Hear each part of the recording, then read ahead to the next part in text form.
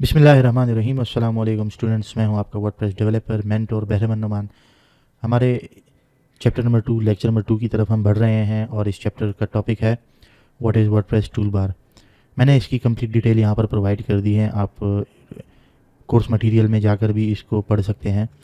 और उसके अलावा हम आ जाते हैं, थोड़ा सा इसके प्रेजेंटेशन भी देख लेते हैं कि वर्डप्रेस के टूल बार में क्या क्या होता है। आप ये टॉप स्क्रीन देख रहे हैं, एक टूल बार हमारे पास ये है टॉप टूल बार और एक left tool bar. Top tool bar में हमें कोई भी पोस्ट ऐड करना हो हम यहाँ से डायरेक्ट कर सकते हैं और स्क्रीन ऑप्शंस में आएंगे।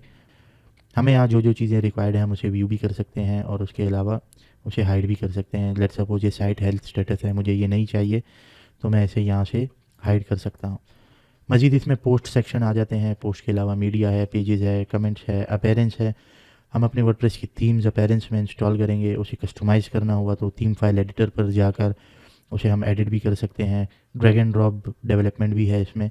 मेजॉरिटी हमारा course drag and drop development पर कंसिस्ट करता है, लेकिन ये ड्रैग एंड ड्रॉप मार्केट में जो प्रैक्टिसेस हो रही हैं उनको फॉलो करते हुए आपको सिखाया जाएगा। प्लगइन्स की बात करते हैं तो प्लगइन्स में बेसिकली बहुत सारी चीज़ें ऐसी होती हैं कि आपको रिक्वायर्ड होती है लेकिन आप उसकी डेवलपमेंट नहीं कर सकते। फॉर एग्जांपल फॉर्म्स आ गए हैं, फॉर्म्स आके आप डेवलपमेंट नहीं कर पा रहे तो मुख्तलिफ फॉर्म बिल्डर्स हैं इसमें।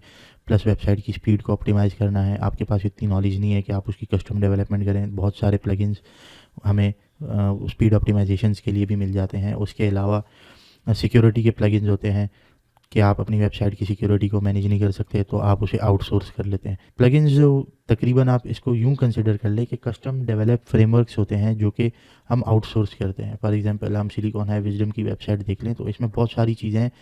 लेट्स सपोज यहाँ पर मैंने सिक्योरिटी का प्लगइन आउटसोर्स किया है और सिक्योरिटी के थ्रू मैं वेबसाइट की सिक्योरिटी को मॉनिटर कर रहा होता हूँ। हमारी वेबसाइट के लॉन्च होने के 3-4 दिन बाद हमारी वेबसाइट पे ऑलमोस्ट 162 अटैम्प्ट्स एक आई थी। उसके बाद 29 दिसंबर को 49 अटैम्प्ट्स हुई थी। फिर 30 दिसंबर को 5 अटैम्प्ट्स हुई थी। और ये 1 और 2 अटैम्प्ट्स ये हमारी ही मिस्टेक होती है, हम पासवर्ड रॉन्ग टाइप कर लेते हैं जिसकी वजह से हमें ये चीज़ें फेस करने को मिलती है। ये कंप्लीट टूल बार आपको प्रोवाइड किया जाता है। आप आउटसोर्स प्लगइन्स या आउटसोर्स फ्रेमवर्क्स अपने वेबसाइट पर इंस्टॉल करते हैं तो आपको टूल बार की मदद से उसे ऑपरेट करने का पूरा पूरा मौका दिया जाता है।